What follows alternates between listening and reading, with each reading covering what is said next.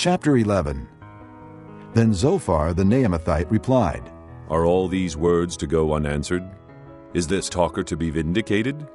Will your idle talk reduce men to silence? Will no one rebuke you when you mock? You say to God, My beliefs are flawless, and I am pure in your sight. Oh, how I wish that God would speak, that he would open his lips against you, and disclose to you the secrets of wisdom, for true wisdom has two sides. Know this, God has even forgotten some of your sin. Can you fathom the mysteries of God? Can you probe the limits of the Almighty? They are higher than the heavens. What can you do? They are deeper than the depths of the grave. What can you know? Their measure is longer than the earth and wider than the sea. If he comes along and confines you in prison and convenes a court, can you oppose him? Surely he recognizes deceitful men. And when he sees evil, does he not take note? But a witless man can no more become wise than a wild donkey's colt can be born a man. Yet if you devote your heart to him and stretch out your hands to him, if you put away the sin that is in your hand and allow no evil to dwell in your tent, then you will lift up your face without shame. You will stand firm and without fear. You will surely forget your trouble, recalling it only as waters gone by. Life will be brighter than noonday, and darkness will become like morning. You will be secure because there is hope. You will look about you and take your rest in safety. You will lie down with no one to make you afraid, and many will court your favor. But the eyes of the wicked will fail, and escape will elude them. Their hope will become a dying gasp. Chapter 12. Then Job replied, Doubtless you are the people, and wisdom will die with you. But I have a mind as well as you. I am not inferior to you. Who does not know all these things? I have become a laughing stock to my friends, though I called upon God and he answered. A mere laughing stock, though righteous and blameless. Men at ease have contempt for misfortune as the fate of those whose feet are slipping. The tents of marauders are undisturbed, and those who provoke God are secure. Those who carry their God in their hands. But ask the animals, and they will teach you. Or the birds of the air, and they will tell you. Or speak to the earth, and it will teach you. Or let the fish of the sea inform you. Which of these does not know that the hand of the Lord has done this? In his hand is the life of every creature, and the breath of all mankind. Does not the ear test words as the tongue tastes food? Is not wisdom found among the aged? Does not long life bring understanding? To God belong wisdom and power. Counsel and understanding are his. What he tears down cannot be rebuilt. The man he imprisons cannot be released. If he holds back the waters, there is drought. If he lets them loose, they devastate the land. To him belong strength and victory. Both deceived and deceiver are his. He leads counselors away stripped and makes fools of judges. He takes off the shackles put on by kings and ties a loincloth around their waist. He leads priests away stripped and overthrows men long established. He silences the lips of trusted advisers and takes away the discernment of elders.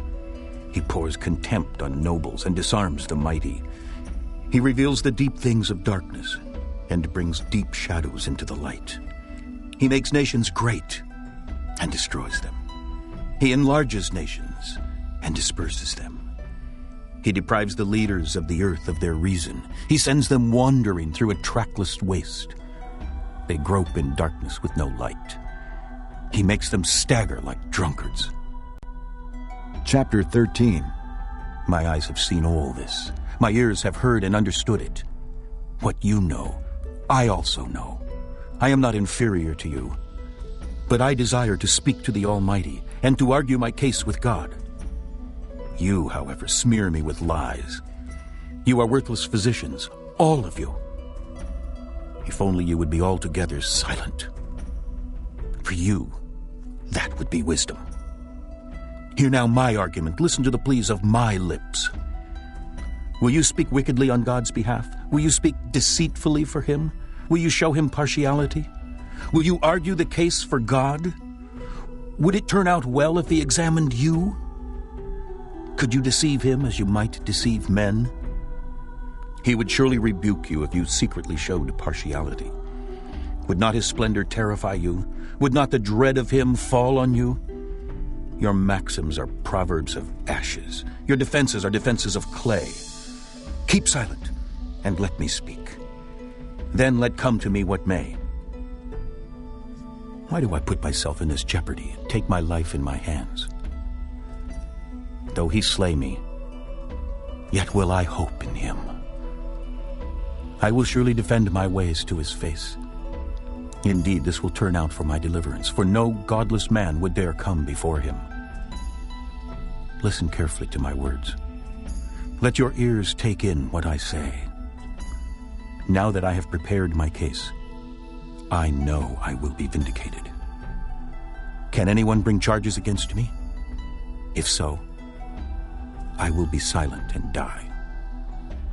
Only grant me these two things, O God, and then I will not hide from you. Withdraw your hand far from me, and stop frightening me with your terrors. Then summon me, and I will answer. Or let me speak, and you reply. How many wrongs and sins have I committed? Show me my offense and my sin. Why do you hide your face and consider me your enemy? Will you torment a wind-blown leaf? Will you chase after dry chaff? For you write down bitter things against me and make me inherit the sins of my youth. You fasten my feet in shackles. You keep close watch on all my paths by putting marks on the soles of my feet. So man wastes away like something rotten, like a garment eaten by moths. Chapter 14. Man born of woman is of few days and full of trouble. He springs up like a flower and withers away. Like a fleeting shadow, he does not endure. Do you fix your eye on such a one? Will you bring him before you for judgment? Who can bring what is pure from the impure? No one. Man's days are determined. You have decreed the number of his months. You have set limits he cannot exceed. So look away from him, and let him alone, till he has put in his time like a hired man. At least there is hope for a tree. If it is cut down, it will sprout again, and its new shoots will not fail. Its roots may grow old in the ground, and its stump die in the soil. Yet at the scent of water it will bud, and put forth shoots like a plant. But man dies and is laid low. He breathes his last, and is no more. As water disappears from the sea, or a riverbed becomes parched and dry, so man lies down and does not rise. Till the heavens are no more, men will not awake or be roused from their sleep. If only you would hide me in the grave and conceal me till your anger has passed. If only you would set me a time and then remember me.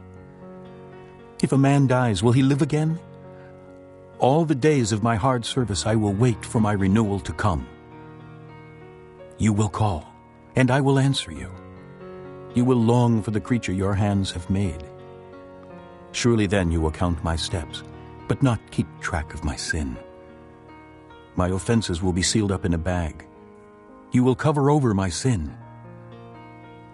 But as a mountain erodes and crumbles, and as a rock is moved from its place, as water wears away stones and torrents wash away the soil, so you destroy man's hope. You overpower him once for all, and he is gone. You change his countenance and send him away. If his sons are honored, he does not know it. If they are brought low, he does not see it. He feels but the pain of his own body, and mourns only for himself. Chapter 15. Then Eliphaz the Temanite replied, Would a wise man answer with empty notions, or fill his belly with the hot east wind? Would he argue with useless words, with speeches that have no value? But you even undermine piety and hinder devotion to God. Your sin prompts your mouth. You adopt the tongue of the crafty. Your own mouth condemns you, not mine. Your own lips testify against you. Are you the first man ever born? Were you brought forth before the hills? Do you listen in on God's counsel? Do you limit wisdom to yourself? What do you know that we do not know? What insights do you have that we do not have? The gray-haired and the aged are on our side, men even older than your father. Are God's consolations not enough for you, words spoken gently to you? Why has your heart carried you away? And why do your eyes flash, so that you vent your rage against God and pour out such words from your mouth? What is man that he could be pure, or one born of woman that he could be righteous? If God places no trust in his holy ones, if even the heavens are not pure in his eyes, how much less man who is vile and corrupt, who drinks up evil like water? Listen to me, and I will explain to you. Let me tell you what I have seen, what wise men have declared, hiding nothing received from their fathers, to whom alone the land was given when no alien passed among them. All his days the wicked man suffers torment, the ruthless through all the years stored up for him. Terrifying sounds fill his ears. When all seems well, marauders attack him. He despairs of escaping the darkness. He is marked for the sword. He wanders about, food for vultures. He knows the day of darkness is at hand. Distress and anguish fill him with terror. They overwhelm him like a king poised to attack, because he shakes his fist at God and vaunts himself against the Almighty, defiantly charging against him with a thick, strong shield. Though his face is covered with fat and his waist bulges with flesh, he will inhabit ruined towns and houses where no one lives, houses crumbling to rubble. He will no longer be rich, and his wealth will not endure, nor will his possessions spread over the land. He will not escape the darkness. A flame will wither his shoots, and the breath of God's mouth will carry him away. Let him not deceive himself by trusting what is worthless, for he will get nothing in return. Before his time he will be paid in full, and his branches will not flourish. He will be like a vine stripped of its unripe grapes, like an olive tree shedding its blossoms. For the company of the godless will be barren, and fire will consume the tents of those who love bribes. They conceive trouble and give birth to evil. Their womb fashions deceit. Chapter 16. Then Job replied, I have heard many things like these. Miserable comforters are you all. Will your long-winded speeches never end? What ails you that you keep on arguing? I also could speak like you, if you were in my place. I could make fine speeches against you and shake my head at you. But my mouth would encourage you. Comfort from my lips would bring you relief. Yet if I speak, my pain is not relieved. And if I refrain, it does not go away. Surely, O God, you have worn me out. You have devastated my entire household. You have bound me, and it has become a witness. My gauntness rises up and testifies against me. God assails me and tears me in his anger and gnashes his teeth at me. My opponent fastens on me his piercing eyes. Men open their mouths to jeer at me. They strike my cheek in scorn and unite together against me. God has turned me over to evil men and thrown me into the clutches of the wicked. All was well with me, but he shattered me. He seized me by the neck and crushed me. He has made me his target. His archers surround me. Without pity, he pierces my kidneys and spills my gall on the ground. Again and again, he bursts upon me. He rushes at me like a warrior. I have sewed sackcloth over my skin and buried my brow in the dust. My face is red with weeping. Deep shadows ring my eyes. Yet my hands have been free of violence, and my prayer is pure. O earth, do not cover my blood. May my cry never be laid to rest. Even now my witness is in heaven. My advocate is on high. My intercessor is my friend as my eyes pour out tears to God. On behalf of a man, he pleads with God as a man pleads for his friend. Only a few years will pass before I go on the journey of no return. Chapter 17. My spirit is broken. My days are cut short. The grave awaits me. Surely mockers surround me. My eyes must dwell on their hostility. Give me, O God, the pledge you demand. Who else will put up security for me? You have closed their minds to understanding. Therefore you will not let them triumph. If a man denounces his friends for reward, the eyes of his children will fail. God has made me a byword to everyone, a man in whose face people spit. My eyes have grown dim with grief. My whole frame is but a shadow. Upright men are appalled at this. The innocent are aroused against the ungodly. Nevertheless, the righteous will hold to their ways, and those with clean hands will grow stronger. But come on, all of you, try again. I will not find a wise man among you. My days have passed, my plans are shattered, and so are the desires of my heart. These men turn night into day. In the face of darkness they say, light is near. If the only home I hope for is the grave, if I spread out my bed in darkness, if I say to corruption, you are my father, and to the worm, my mother or my sister, where then is my hope? Who can see any hope for me? Will it go down to the gates of death? Will we descend together into the dust?